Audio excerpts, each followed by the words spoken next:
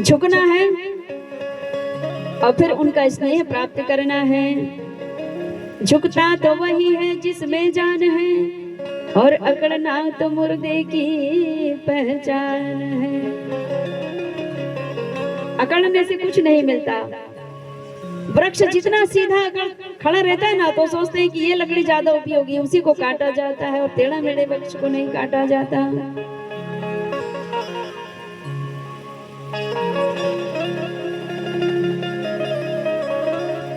इसलिए माँ की महिमा का वर्णन है श्रीमद् देवी भागवत महापुराण में। और माँ के आगे, पिता के आगे अकड़ नहीं दिखाना।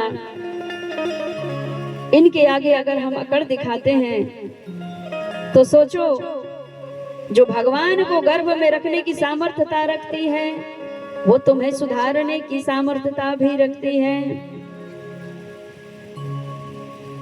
इसीलिए माँ के समक्ष, पिता के समक्ष हमें झुककर ही, विनम्रता के भाव लेकर ही प्रकट होना चाहिए। कुछ भक्त ऐसे हैं, कुछ मनुष्य पढ़ लिख करके, विदेशों में जॉब करके, नौकरी करके, और घर आकर के माता पिता को ही एटीट्यूड दिखाते हैं, अभिमान दिखाते हैं। तो ऐसा ना करें, क्योंकि बड़े स्वाभिमान के साथ उन्होंने तुम्हें इस संसार में जीने के लिए योग्य बनाया। और याद रखो कि जिस माँ को तुम अकड़ दिखा रहे हो, उसने तुमको अपने उदर में ही रख लिया था। तुमको उदर में कितने दिन रखा? 9 महीने तक रखा। घूम रहे थे, एड़े टेढ़े में हो रहे थे, लेकिन निकल नहीं पा रहे थे। और तुमको पेट में जकड़ के रखी ऐसी माँ कम शक्तिशाली होगी? भगवान को भी रख लेती है, इतनी खतरनाक है। तो तुम तो साधारण ही आत्मा हो। इसीलिए माँ से कभी अकड़ मत दिखाना, क्योंकि माँ सारे जगत की जननी है। तो जिसको माँ ने गर्भ में ही रख लिया था वो बड़ी, या जो गर्भ से बाहर निकल के अकड़ रहा है वो बड़ा?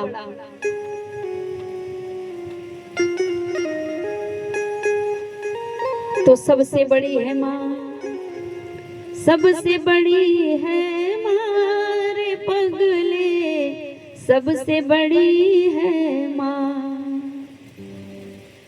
सबसे बड़ी है मारे पगले, सबसे बड़ी है माँ।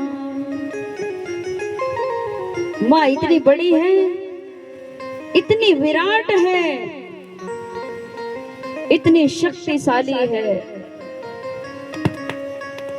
और इसी माँ को कहते हैं माँ कुष्मांडा। 9 देवी शक्तियों में इनका वर्णन है। संपूर्ण ब्रह्मांड जिसका पिंड है, ये जितना ब्रह्मांड है ना, वो सब माँ भगवती का गर्भ है, उदर है। और आप और हम इसी ब्रह्मांड में रहते हैं, और हम सभी को उसने अपने गर्भ में धारण किए रखे हैं। पृथ्वी गोल गोल है ना, तो भगवती ने हमें अपने गर्भ में धारण की हुई है, और हम सभी माँ की ही संतान हैं। तो सोचो, ये पूरे ब्रह्मांड को जिसने अपनी गोद में रख बैठी हो, वो कितनी बड़ी शक्तिशाली हो, कितनी बड़ी करुणामयी होगी। और इसके सामने ही हम बड़े बन बैठे हैं, तो ये ठीक नहीं। इसलिए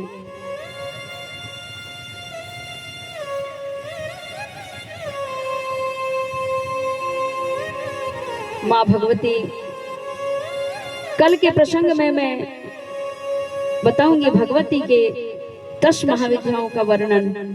काली, तारा, षोडशी, छिन्नमस्तिका, त्रिपुर भैरवी, भुवनेश्वरी, धूमावती, बगलामुखी, मातंगी और कमला।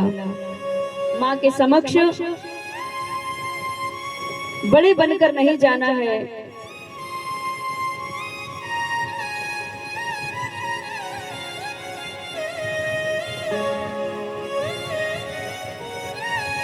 सदैव चरण